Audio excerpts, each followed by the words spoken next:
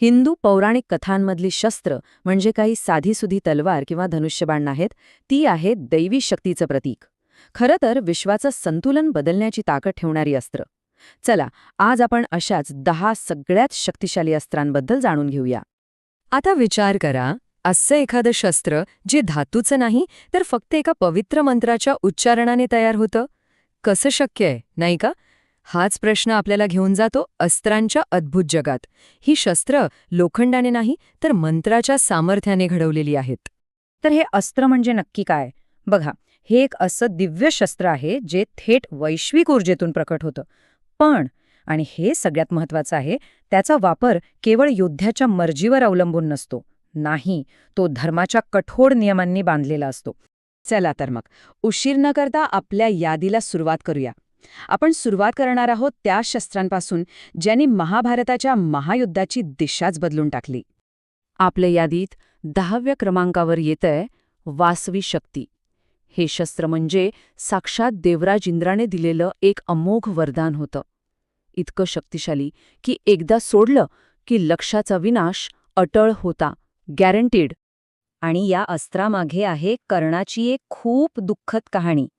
हे शस्त्र जे फक्त एकदाच वापरता येत होतं, ते त्याने खास अर्जुनासाठी राखून ठेवलं होतं. पण झालं असं की भीमाचा राक्षस पुत्र घटोत्कच कौरव सेनेवर अक्षरशः तुटून पडला. त्याला रोखण्यासाठी कर्णाला नाईलाजाने वासवी शक्तीचा वापर करावा लागला. आणि याचा परिणाम काय झाला? कौरव सेना एका रात्रीसाठी वाचली, पण अर्जुनासमोर तो आपल्या सगळ्यात मोठ्या शक्तीशिवाय उभा राहिला. आणि इथेच त्याचं भाग्य निश्चित झालं. 9व्या नंबरवर आहे एक असं नाव जे सगळ्यांनी ऐकलं असेल, ब्रह्मास्त्र. हे शस्त्र आहे सृष्टीचे निर्माते खुद्द भगवान ब्रह्मदेवांचं. आणि नावाप्रमाणेच याची विनाशकारी शक्ती अपाट, कल्पनातीत होती. ब्रह्मास्त्राची ताकद इतकी होती की ते फक्त लक्ष्यालाच नाही तर त्याच्या आसपासच्या प्रत्येक गोष्टीला नष्ट करायचं.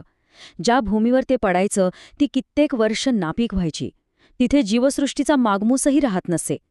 म्हणूनच हे अस्त्र मिळवण्यासाठी कठोर तपश्चर्या लागायची आणि राग किंवा भावनेच्या भरात ते वापरण्याची सक्त मनाई होती. हे निर्मिती आणि विनाश या दोन्हीचं प्रतीक होतं, एक शेवटचा उपाय. आता आपण बघूया 8व्या क्रमांकावरचं शस्त्र, वज्र. हे आहे देवांचे राजा इंद्राचं दिव्य शस्त्र.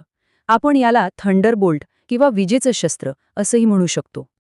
पण वज्राची कहाणी ही त्यागाची आहे, हे फार कमी लोकांना माहीत आहे.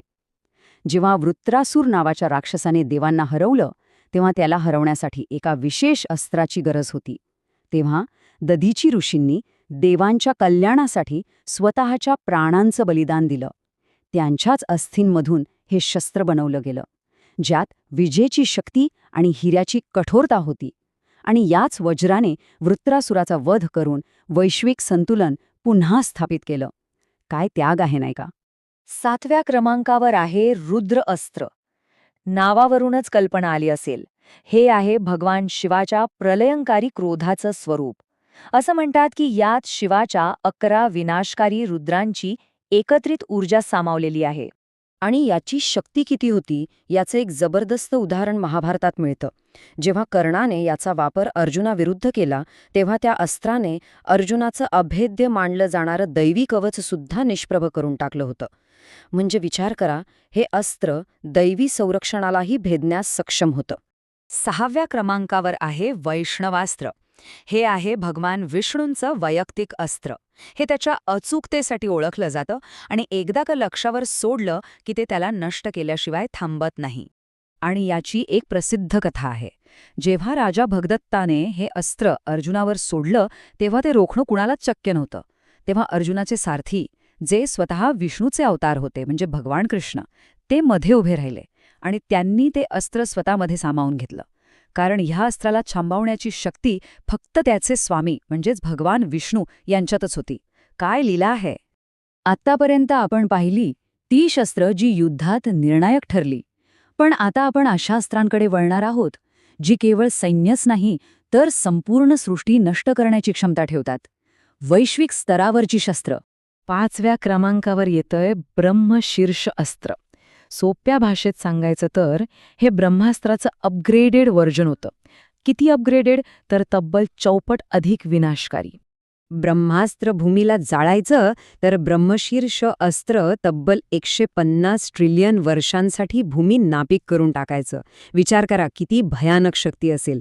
जेव्हा कुरुक्षेत्रात अर्जुन आणि अश्वत्थामा या दोघांनी एकमेकांविरुद्ध हे अस्त्र सोडलं तेव्हा संपूर्ण सृष्टीचा विनाश डोळ्यांसमोर दिसू लागला होता. जगाला वाचवण्यासाठी तेव्हा ऋषीमुनींना हस्तक्षेप करावा लागला होता. 4थ्या क्रमांकावर आहे नारायणास्त्र. याची कल्पना करा, हे म्हणजे लाखो अग्निमय क्षेपणास्त्रांचं एक असं वादळ आहे की ज्याला तुम्ही जेवढा प्रतिकार कराल तेवढी त्याची शक्ती वाढत जाते. एक न टाळता येणारा प्रलय. मग यातून वाचण्याचा मार्ग काय? गंमत म्हणजे या अस्त्राचा सामना करण्याचा मार्गही त्याच्यासारखाच अनोखा आहे. प्रतिकार नाही तर संपूर्ण शरणागती. जेव्हा अश्वत्थामाने पांडवसेनेवर याचा वापर केला तेव्हा भगवान श्रीकृष्णांनी सगळ्यांना सांगितलं, आपली शस्त्र खाली ठेवा आणि नतमस्तक व्हा. आणि आश्चर्य म्हणजे प्रतिकार थांबताच ते विनाशकारी अस्त्र आपोआप शांत झालं. ही कथा शिकवते की कधीकधी काही शक्तींपुढे झुकण्यातच शहाणपण असतं. आता आपण आलो आहोत टॉप 3 मध्ये. 3ऱ्या क्रमांकावर आहे पाशुपतास्त्र. हे आहे खुद्द भगवान शिवांचं वैयक्तिक अस्त्र आणि हे इतकं शक्तिशाली आहे की ते लहानात लहान अणूपासून ते संपूर्ण ब्रह्मांडापर्यंत सगळं काही नष्ट करू शकतं. अर्जुनाने कठोर तपश्चर्या करून हे अस्त्र भगवान शिवांकडून मिळवलं होतं. पण त्याची शक्ती इतकी जास्त होती, इतकी विनाशकारी होती की महाभारताच्या त्या भीषण युद्धात सुद्धा त्याचा कधीच वापर झाला नाही. हे अस्त्र परम शक्ती आणि तितक्याच परम संयमाचं प्रतीक आहे. ही गोष्ट आपल्याला एक खूप मोठी गोष्ट शिकवते की कधीकधी सगळ्यात मोठी शक्ती असण्याचा अर्थ ती न वापरण्याचे ज्ञान असणं हे असतं. आणि आता आपण पोहोचलो आहोत आपल्या यादीच्या अगदी शिखरावर. नंबर 2 आणि नंबर 1 ही फक्त शस्त्र नाहीत तर या सर्वोच्च देवतांच्या अधिकाराची आणि वैश्विक नियमांची प्रतीकं आहेत.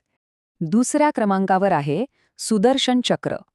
भगवान विष्णूंच्या तर्जनीवर फिरणारं वैश्विक न्यायाचं हे चक्र.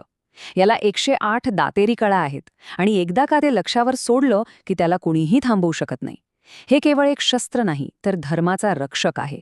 जसं श्रीकृष्णांनी शिशुपालाच्या 100 चुका पूर्ण झाल्यावर त्याचा वध करण्यासाठी याचा वापर केला, तसंच हे चक्र नेहमीच अधर्माचा नाश करून धर्माची स्थापना करतं. आणि आता ह्या यादीतील सर्वोच्च 1ल्या क्रमांकाचं शस्त्र भगवान शिवांचा त्रिशूळ. खरं तर याला फक्त शस्त्र म्हणणं चुकीचं ठरेल. हे स्वतः वास्तवाचं प्रतीक आहे. त्याची 3 टोकं सृष्टीच्या 3 मूलभूत गुणांचं प्रतिनिधित्व करतात. सत्व म्हणजे निर्मिती, रज म्हणजे संरक्षण आणि तम म्हणजे विनाश. त्रिशूळ म्हणजे दुसरं तिसरं काही नसून संपूर्ण ब्रह्मांडावरील भगवान शिवांचा निरंकुश अधिकार आहे. या सगळ्या अस्त्रांच्या कथा पाहिल्यावर एक गोष्ट मात्र स्पष्ट होते की प्राचीन कथांमध्ये परमशक्तीसोबत परम जबाबदारी जोडलेली आहे. हाच तर धर्म आहे. पण आजच्या जगात जिथे आपल्या हातातही विज्ञानामुळे प्रचंड शक्ती आली आहे, तिथे आपण ही जबाबदारी पाळतो का? हा विचार करण्यासारखा प्रश्न आहे.